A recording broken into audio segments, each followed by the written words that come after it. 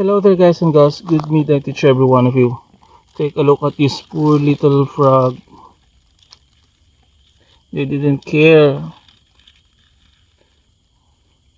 I'm gonna put you here.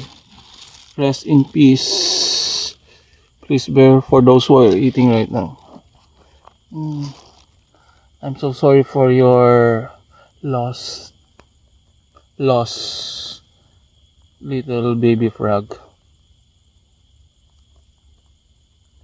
Guys and girls, if you are riding or having a vehicle driving, give them some break, especially these creatures.